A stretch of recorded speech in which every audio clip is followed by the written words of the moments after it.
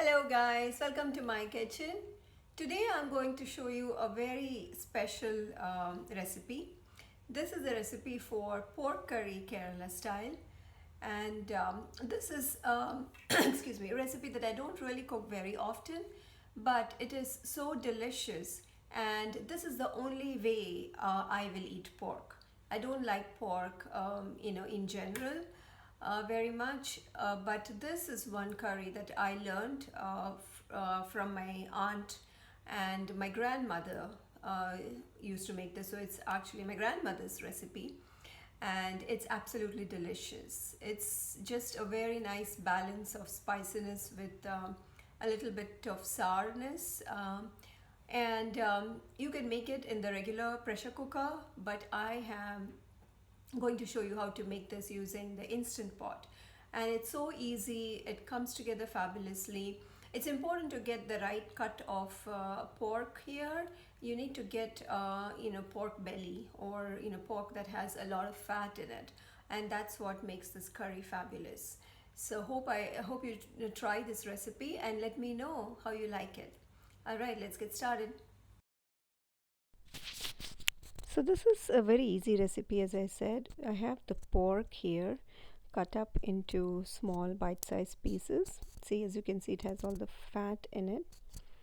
Then I have one medium red onion that I've just roughly chopped because I'm going to blend it in the food processor, along with some fresh ginger root and 3 to 4 green chilies. Now again, whatever chilies I use, you can modify per your taste. And I have 10 cloves of garlic.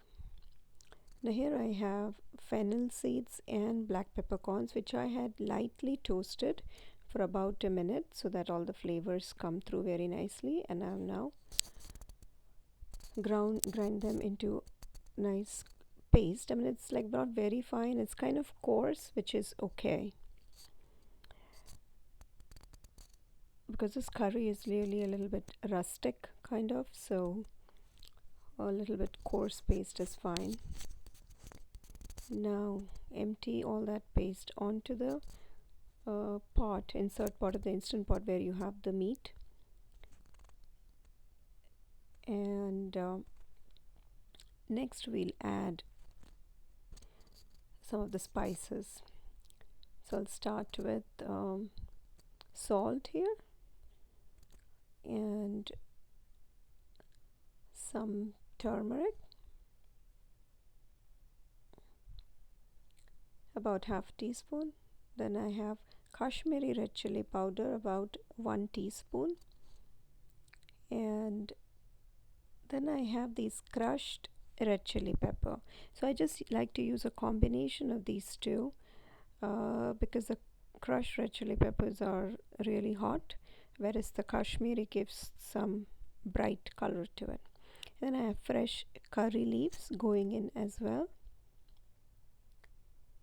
Next I have these coconut pieces. Now you can either use fresh coconut slices or you can use frozen pieces that you have thawed. I use the frozen pieces. And then I'm adding about a tablespoon of coconut oil,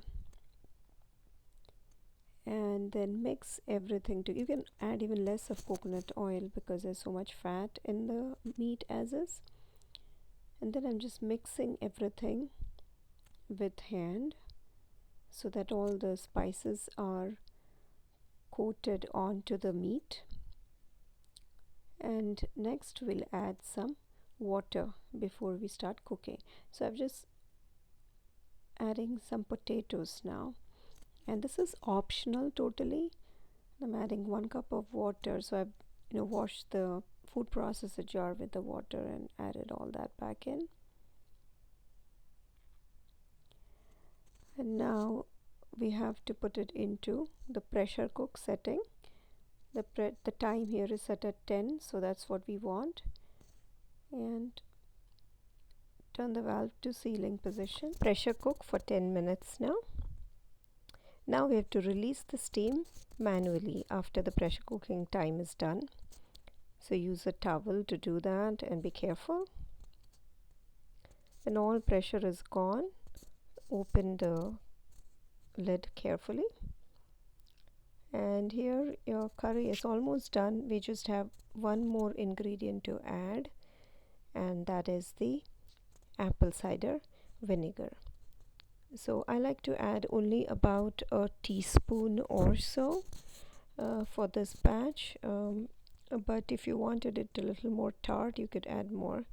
So I'm adding a teaspoon of it and stir carefully so that you don't break the soft meat pieces, and your curry is ready.